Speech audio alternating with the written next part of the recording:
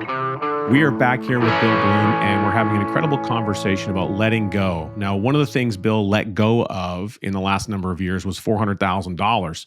Now, he didn't Yes. just let it go, he invested it, but he invested it into an idea that was going to turn the dial for a ton of North Americans in a way that is really going to be unmatched and uncanny. It goes back to what he was sharing with us about these 45 credit cards. And this is the creation of this incredible app called Diane Money. So, Bill, walk us through a little bit. We'll talk more about Diane Money as we go, but give us the high level on what was the vision of creating Diane Money, and then where did it go wrong before it was able to go right? Well, we could do like 17 shows on this. So, number one, I was sitting in a 10X class with Dan Sullivan. We're in Chicago, not far from our house. And it hit me like a ton of bricks. I'm like, how can I help people figure out a way for them to achieve their financial goals? So I was introduced to someone, then introduced to another person. And this guy's like, yeah, I could build this for you. It would be great. Fantastic. So I said, sure, let's try it. Totally quick started this. We got through probably a year's worth of planning, and then the product should have been done by then. And it was all based on your goal, where we're showing you the math on how much money you need to save or invest every month to achieve your goal on your time. And I learned two really hard lessons. Number one, people don't really know what they want. That was like earth-shattering to me because I know what I want. I'm very tuned into that. I've always been like that, even when I was a little kid. And then number two is you cannot let developers create a product for you. You need to lead the product or have someone leading the product in the project, because things totally went awry. They were overcharging me too for like all the billable hours. So I got a refund from them. It was just a nightmare. And then one of the folks at Strategic Coach, we were talking, and he was like, I could do this for you. This will be easy. And boy, Richard, that was music to my ears. Easy, an app, website, giddy up, sign me up, let's do it. Quick started that again. Quick start number two.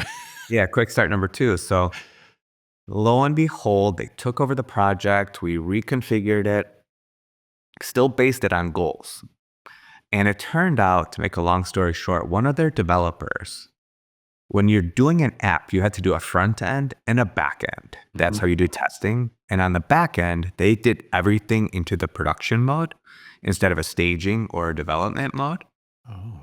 So everything was being pushed to production, and the algorithms were not working at the time. So like the math that I did to configure all of this went to heck, right? It just did not work. And the hard part came, I had to say, this company is named after my mom, who passed away a couple years ago now. It's going to be almost 4 years. And this is like my honor to her. This has my mom's name on it. And you guys are not doing this properly. I got an email back saying the code is correct. Everything is good. Total nonsense, right? It like blew my mind. And I'm a very calm person. And I was really livid at this. I saw this email. So I did a code audit on them. I paid $8,800 to have this firm out of Boston run all the code, and they found all these problems. Naturally, they wanted to take over my project. But I sent them the code audit. We went through everything, and then they did their own code audit. And guess what, Richard? They found all the same problems. People were not signing up for goals, and they got stuck. Like, what's my goal? Well, I want to buy a pair of shoes. Well, they're $200. I can afford it. Big deal. But from a bigger picture planning standpoint, it's hard to do. You and I both know this, right? That's our lives. So they paid to refix the problems, which was a blessing. Most development companies would leave you high and dry, say tough. And I kind of just surrendered at that moment unknowingly. And I learned a really tough lesson, but it also gave me a lot of strength and confidence to say, you know what? I used my voice. I spoke up. I never did that before. I was frustrated, and I had to let this go. And now we're at a point where we're releasing the product out into the wild, and I couldn't be happier because now we have a solid product. It's been tested properly. We have people using it, and it will literally show you which credit card or which debt account you should pay off first and how much per month. Because if you link your bank accounts or your credit cards, you're able to see your spending. You have a tool that will show you every month how much money you're spending. And then we could say, you know what? Maybe you should spend $1,000 less on entertainment or other, right? And then you have found money to go off and pay off your debt, and then you can be free. So it's been quite a journey. That's why I lost my hair. But it's been totally worth it. It's been totally worth it. It's all been meant to be. And yeah, the money left, right? But that's part of life. It's not mine as it is. It's meant to make the world a better place.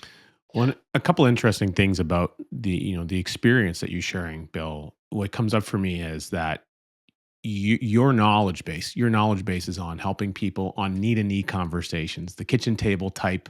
Yeah. Here's how we're going to help you with your struggles, and there's a real relationship base that happens there because you start to learn and interpret and get to know people, and it helps you gauge and understand not only how to help and coach them based on their unique circumstances, but also on their personality. And you're going from this knowledge base of trained and learned skill, okay, and some natural ability, and now you're transitioning it to a vision of a thing that you want to build that's going to help people without you being there.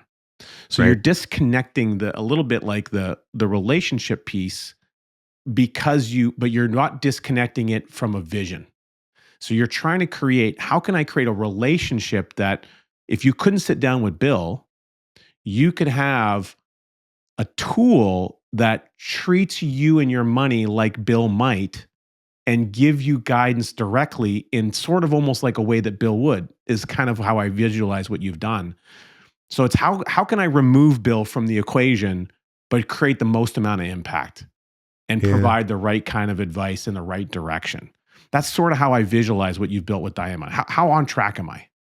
You're pretty spot on because the reason why I called it Diane Money was you wanted to have this motherly type figure looking over your shoulder, tapping you on the shoulder and saying, "Hey, Sonny, hey, daughter, you might want to change this a little bit. And here's a great way to do this. You may want to consider this, like those little subtle nudges that the universe gives all of us.